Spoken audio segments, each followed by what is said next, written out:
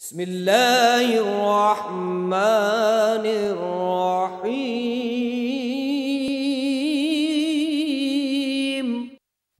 اللہ اللہ یا رسول اللہ یا رسول اللہ یا حبیب اللہ یا حبیب اللہ یا رسول اللہ اللہ وحدہ لا شریک لہ ونشہد ان سیدنا و مولانا محمدا عبدہ ورسولہ اما بعد فاعوذ باللہ من الشیطان تمہارا تقوی بھی محفوظ ہے، تمہاری طہارت محفوظ ہے، تمہاری صداقت محفوظ ہے، تمہاری ذہانت محفوظ ہے۔ تاریخ اور راوی حدیث میں یہ فرق ہوتا ہے کہ تاریخ نگار کا کردار محفوظ نہیں ہوتا، تاریخ نگار کا کیریکٹر محفوظ نہیں ہوتا، تاریخ نگار کی دیانت اور صداقت محفوظ نہیں ہوتی، راوی حدیث کا کردار محفوظ ہوتا ہے، راوی حدیث کی صداقت محفوظ ہوتی ہے، راوی حدیث کی دیانت محفوظ ہوتی ہے، راوی حدیث کا زمانہ محفوظ ہوتا ہے، مروی عنہ سے راوی کی ملاقات محفوظ ہوتی ہے اور وہ عمر محفوظ ہوتی ہے جس میں ملاقات کی گئی۔ آپ اندازہ فرمائے روایت حدیث کا یہ کہ لاکھوں ایسے افراد، ہزاروں ایسے افراد تاریخ کے صفحے پہ روشن اور تابندہ ہیں جنہوں نے حدیث پاک کی روایت کی ہے، وہ بڑے عظیم لوگ ہیں۔ لیکن جیسا کہ ابھی مولانا شمس الہدیٰ فرما رہے تھے کہ المحدثون هم السیادہ، یہ محدثین دراصل یہ عطار ہیں، ان کے پاس دکان ہے دواؤں کی، لیکن دوائیں کہاں کب کیسے استعمال کی جائیں یہ کام اطباء کا ہوتا ہے اور فقہاء کی حیثیت اطباء کی ہے، اور امام اعظم امام الفقہاء بھی ہیں، امام الاطباء بھی ہیں۔ بڑی عظمتیں ہیں ان کی عظمتوں کا اندازہ ہم نہیں کر سکتے ہیں۔ بخاری شریف آپ دکھاتے پھرتے ہیں، حالانکہ کسی بھی پڑھے لکھے آدمی کے سامنے آپ بخاری شریف کسی حدیث کا صحیح ترجمہ بھی نہیں کر سکتے، انگلش کا ٹرانسلیشن لے لیا لے کے گھوم رہے ہیں۔ میرے بھائی میں نوجوانوں سے کہوں گا کہ یار آپ لوگ اسٹوڈنٹ ہو، کالج یونیورسٹیوں میں جاتے ہو، کیوں جاتے ہو؟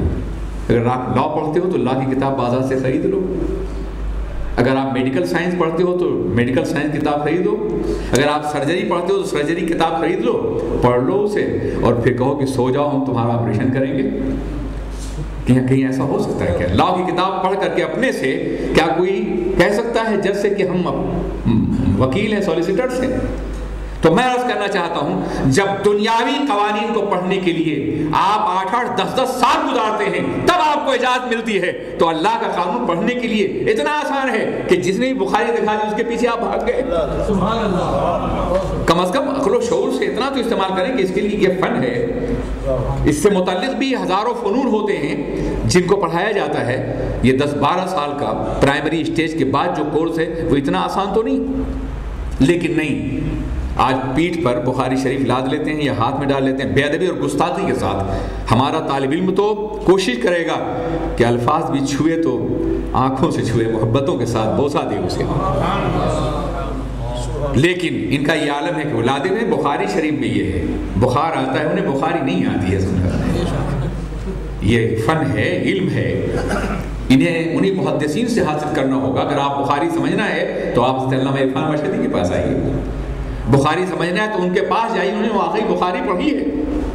تو امام بخاری ہر جگہ بخاری شریف دکھاتے پھرتے ہیں۔ میں بتاؤں امام بخاری کون تھے؟ امام بخاری وہ ہیں کہ جو امام اعظم کے شاگردوں کے شاگردوں کے شاگردوں کے شاگردوں کے شاگرد ہیں، کم از کم 6ٹھی سطح پر 6 استاد ان کے وہ گزرے ہیں جو ایک کے بعد دیگرے امام اعظم کے شاگردوں کے شاگرد ہیں۔ بلا شبہ ان کا مقام بہت بلند ہے، مگر امام اعظم ہے، ان کا مرتبہ بے پناہ بلند ہے۔ یہی حال دوسرے ائمہ کرام کا بھی ہے، آپ علماء سے پوچھیے وہ بتائیں گے آپ کو۔ ان کے بعد جتنے فقہا گزرے ہیں، جتنے محدثین گزرے ہیں امام اعظم کے بعد، کسی نہ کسی اعتبار سے وہ امام اعظم کے شاگردوں کے شاگرد ہی نظر آتے ہیں۔ تو بخاری جو امام اعظم کے شاگرد ہیں علیہ الرحمت و رضوان، ان کو ان کے مقابلے پیش کر رہے ہو۔ بلا شبہ حدیث میں ان کا مقام بہت بلند ہے، لیکن فقہ میں امام اعظم کے پائے کا نہ کوئی ہوا ہے اور نہ قیامت تک کوئی ہوگا، اس لیے کہ وہ نوید ہیں۔ آپ اندازہ فرمائیں، سرور کائنات نوید مسیحا ہے، نوید ابراہیم ہے، دعا ابراہیم ہے، اور امام اعظم نوید محمد عربی ہے۔ خبر دی تھی اللہ کے رسول تاجدار دو عالم صلی اللہ علیہ وسلم نے کہ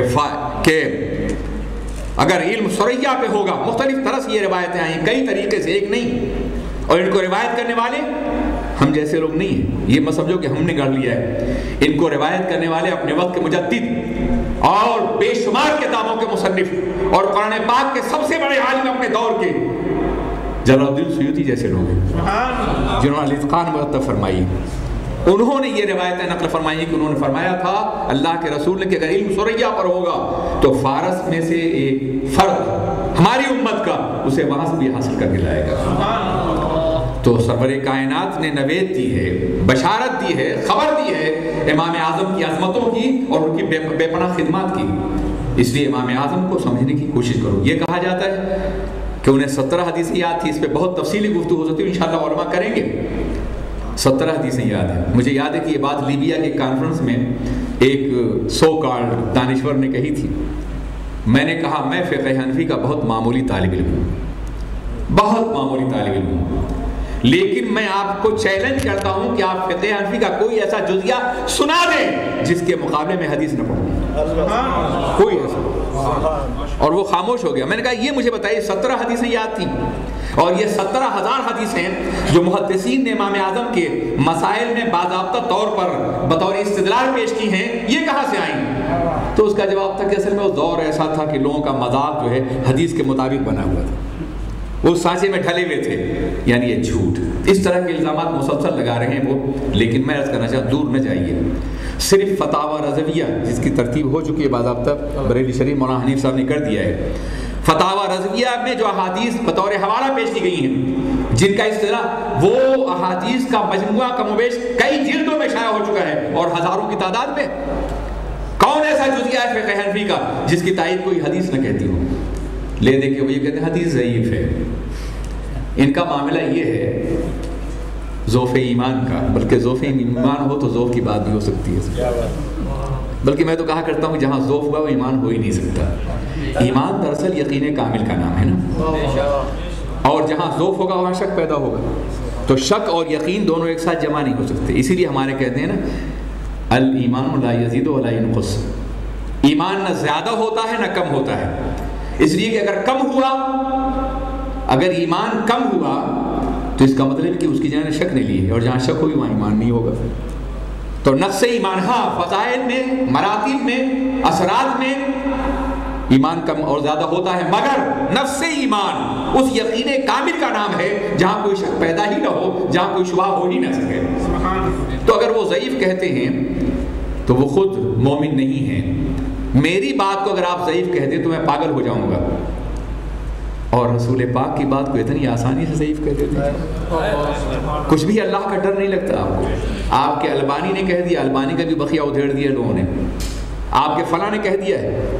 آپ کہتے ہیں ہم تقلید نہیں کرتے. میں پوچھتا ہوں کہ تقلید کے بغیر انسان زندہ ہی نہیں رہ سکتا. تقلید فطرت انسانی ہے. پیدا ہوتا ہے انسان تو ماں باپ کی تقلید کرتا ہے، ان کے ہلتے ہوئے ہونٹوں سے باضابطہ الفاظ سیکھتا ہے، پوری زندگی وہ تقلید کرتا ہے، اور اس کے بعد جب تعلیم حاصل کرتا ہے تو تقلید کرتا ہے. کسی استاذ کی کرتا ہے، کسی لیکچرر کی کرتا ہے، کسی پروفیسر کی کرتا ہے. پوری زندگی وہ تقلید کرتا ہے، پیدائش سے لے کے موت تک. تقلید فطرت ہے. ہم بھی تقلید کرتے ہیں، تم بھی کرتے ہو. ہم امام اعظم کی کرتے ہیں، تم عبدالوہاب نجدی کی کرتے ہو. ہم امام اعظم کرتے ہیں، تم البانی کی کرتے ہو. ہم امام اعظم کرتے ہیں، تم ابن تیمیہ کرتے ہو. ہم امام اعظم کی کرتے ہیں، اپنا اپنا ظرف ہے نا، اپنی اپنی حیثیت ہے. ہم امام اعظم کی کرتے ہیں اور تم بھی کرتے ہو. کسی کی تقلید تو کرتے ہو. کیا تم نے پورے قرآن کا مطالعہ کر لیا ہے؟ کیا استخراج مسائل کی صلاحیت ہے؟ کیا استنباط مسائل تم کر سکتے ہو؟ کیا حدیث میں تباہو پیدا کر سکتے ہو؟ تو کبھی نہیں کر سکتے. جب تم نہیں کر سکتے ہو تو کسی بات پر بھروسہ کرتے ہو تم اس کے مقلد ہو. اپنے مولوی کے تو ہو ہی نہیں سکتا ہے کہ بغیر تقلید کے تم دنیا کا کوئی بھی کام کر سکو. امام اعظم علیہ بس یہ اپنا اپنا ظرف ہے. سمجھا آپ نے کہ اذا کان الغراب دلیل قومی، جب غراب جو ہے کسی قوم کا رہنما بنے گا تو یقیناً کسی مردار تک لے جائے گا نا. تو غراب کو اگر تم نے اپنا امام بنایا ہے تو کسی مردار ہی تک لے جائے گا تم کو. وہ لوگ جو اپنے دور میں مردود قرار دیے گئے تھے. ابن تیمیہ اپنے دور میں اس کی تحریروں کو ہمیشہ کے لیے ختم کر دیا گیا تھا.